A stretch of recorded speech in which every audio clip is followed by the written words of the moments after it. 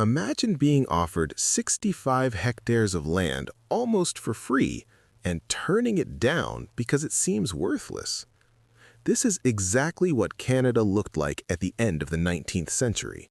The state was giving land away for a symbolic $10 because it didn't know what to do with it. Today, that same land is worth hundreds of thousands, even millions. This is not a story about a lucky opportunity, but about how something everyone once ignored slowly became wealth, and about the people who paid for that waiting with their lives. In 1872, the Canadian government faced a problem that looked like empty space. After Confederation in 1867, Canada had acquired an enormous territory stretching west from Manitoba to the Rocky Mountains. This land, transferred from the Hudson's Bay Company and negotiated through treaties with indigenous nations, was prairie, flat, treeless, and profoundly empty of the kind of settlement the government wanted. To the south, the United States was filling its Great Plains through the Homestead Act of 1862. American settlers were pushing northward.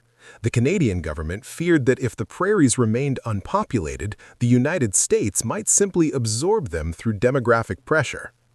The solution was the Dominion Lands Act, passed on April 14, 1872. The law was straightforward in design. Any male over 18 or any woman who was head of a household could claim 160 acres of surveyed prairie land. The registration fee was $10. In exchange, the claimant had to live on the land for 3 years, cultivate at least 30 acres, and construct a permanent dwelling. If they fulfilled these obligations, the land became theirs, outright, forever. The government called these parcels homesteads. They were measured and numbered through the Dominion Land Survey, which divided the prairies into a grid of townships and sections, the largest cadastral survey ever conducted, covering about 80 million hectares and creating space for approximately 1.25 million potential homesteads. But there was a calculation beneath the generosity. The government did not want settlers. It wanted a populated buffer zone. It did not want farmers. It wanted bodies on land that might otherwise belong to no one, or worse, to someone else. This was not charity. It was strategic distribution of a liability. For the first 2 decades, almost no one came. From 1872 to 1896, homestead applications averaged about 3,000 per year. The same number of settlers abandoned their claims annually. The land that seemed free on paper was expensive in every other way. The people who did come were those who had nothing better. Ukrainians fleeing poverty and conscription, Scandinavians drawn by promotional campaigns that promised fertile soil, Germans, Poles, Hungarians, migrants from Eastern Europe who saw the Canadian prairies as a gamble worth taking because staying home guaranteed nothing. Americans also came, ironically. Many had already tried homesteading in the United States, either failed or exhausted the available land. They knew what prairie farming required, and some believed the Canadian climate might be less hostile than Montana or North Dakota. These were not adventurers. They were desperate people making a calculation that the risk of dying on free land was better than the certainty of poverty on land they would never own. The reality they encountered was harsher than the brochures suggested. The first winter could kill you. The cold on the prairie was not just low temperature, it was wind-driven cold that found every gap in clothing, every crack in a wall. Settlers built sod houses because wood was scarce. They burned dried buffalo dung for fuel because there were no trees. Spring brought different problems. Prairie sod was thick and fibrous, held together by centuries of grass roots. Breaking it required strength and specialized plows. Many settlers could not afford such equipment.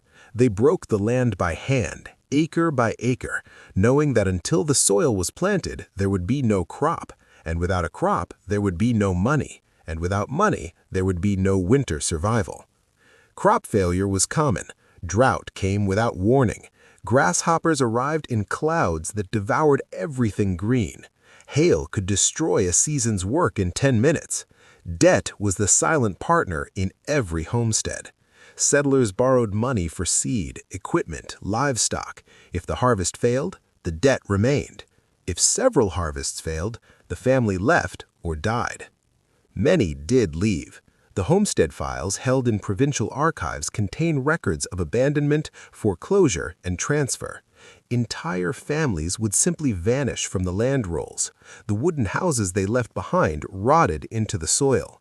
For every homesteader who lasted 3 years and received title, another gave up before proving the claim. The numbered treaties, negotiated between 1871 and 1877, were presented as agreements. In Treaty 1 and Treaty 2, signed in 1871, indigenous nations were told that settlers would come whether they agreed or not. Lieutenant Governor Archibald made this explicit.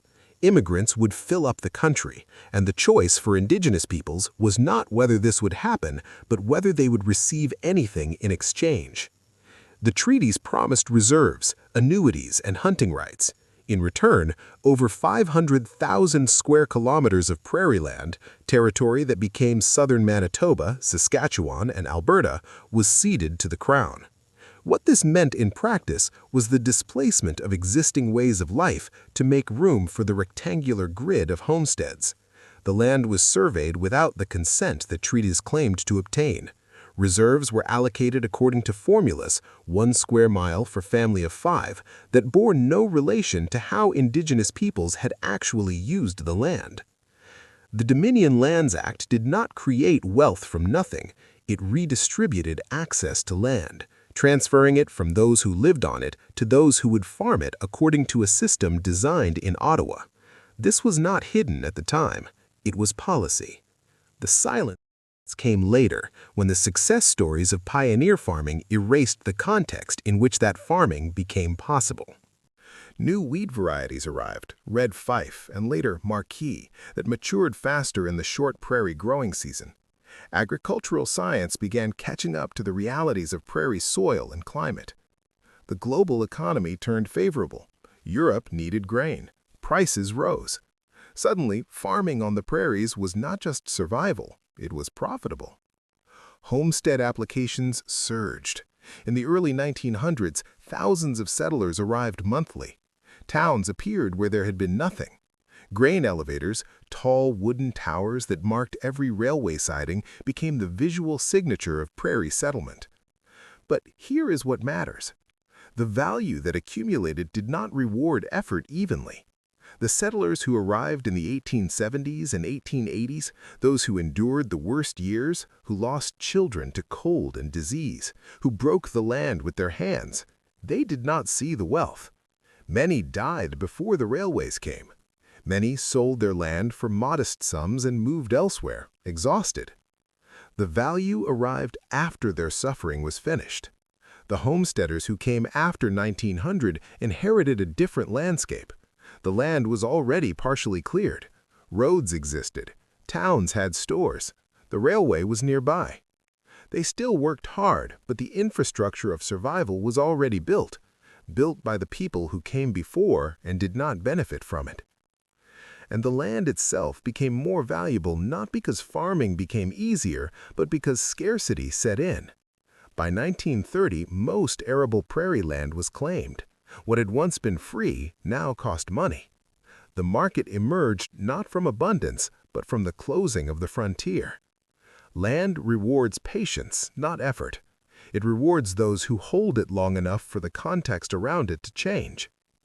In 1872, you could claim 160 acres of prairie land for $10 and a promise to stay 3 years. In 1872, you could claim 160 acres of prairie land for $10 and a promise to stay 3 years. In 2025, prairie farmland in Saskatchewan sells for between $2,500 and $5,000 per acre, depending on location and soil quality.